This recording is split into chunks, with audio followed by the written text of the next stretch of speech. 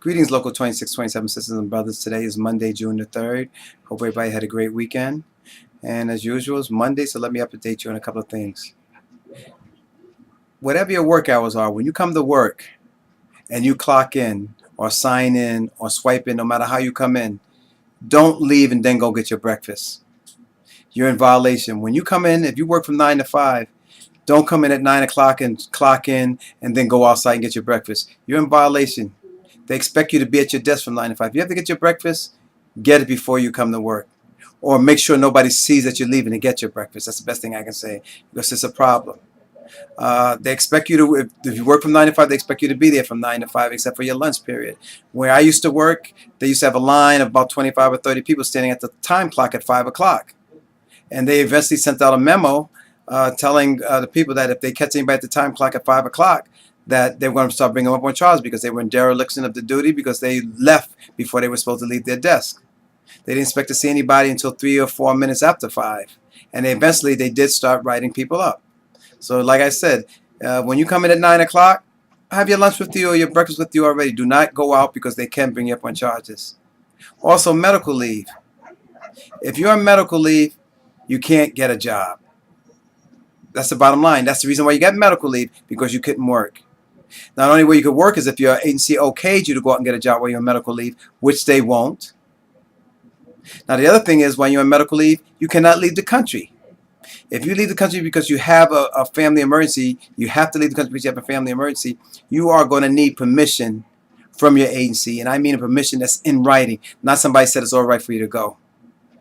Because you could forfeit your medical leave and have to pay back all that time if they find out about it. So please keep that in mind. You can't have another job and you cannot leave the country.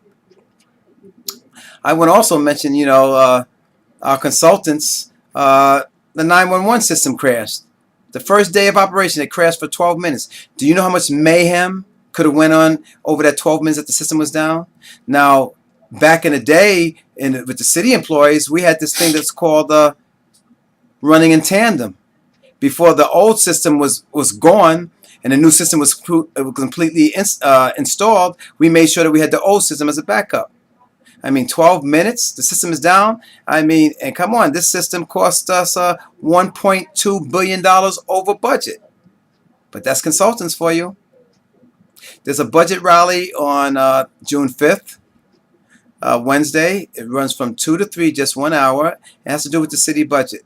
Things with schools and health, health department, things like that. If you can make it, please show up. And remember, since we're talking a little bit about the budget, the people are talking about right now, there's a $7.8 billion deficit in retroactive money that's owed to the uniforms, meaning that if they give retroactive pay to the people who are the agencies that are uniform, where I'm talking about police, fire, and sanitation, that they're going to be in a whole $7.8 billion.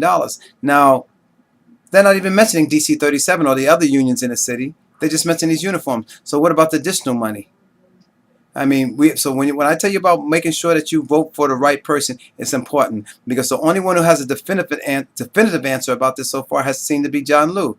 He says you may not be able to get all of the percentage that you're supposed to get during the retro, but retro is in the cards. And that's the way it's supposed to be. Other people are talking about things, completely different from that. There will be no retro for us. I mean, this is nonsense. This is one of the reasons why we support John Liu. I'm happy to say that I should say one more thing. On June 12th, there will be a contract rally at City Hall. It will run from 4 to 6 p.m. Now, if you don't get off before 4, use an hour or two of your annual leave and attend this rally. This is a very important rally. Most of us have been going without a contract for at least 3 years. Some of us as long as 4.5 years.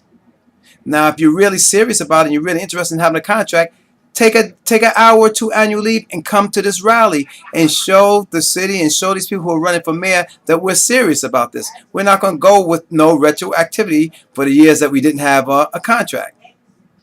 So please be there. I'm proud to say, as I was starting to say before, I'm pleased to say that our scholarship is on the web. It's operational.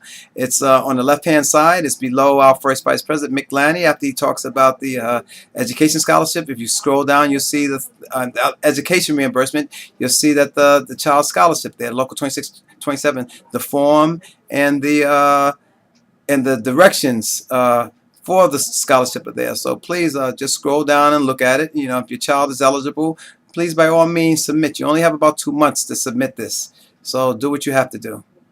I'm also want to be pleased to say that we have 2 of our shop stewards have completed their shop steward training. Asia Ross at Department of Health and Mental Hygiene and Brian Wanserver at Homeless Services. They have completed their shop steward training. Congratulations. Glad to see that, because you know what, you have to be armed, and there's no way to know that you're being screwed by your management or by your agency unless you have people there that have the knowledge to know that you're being screwed.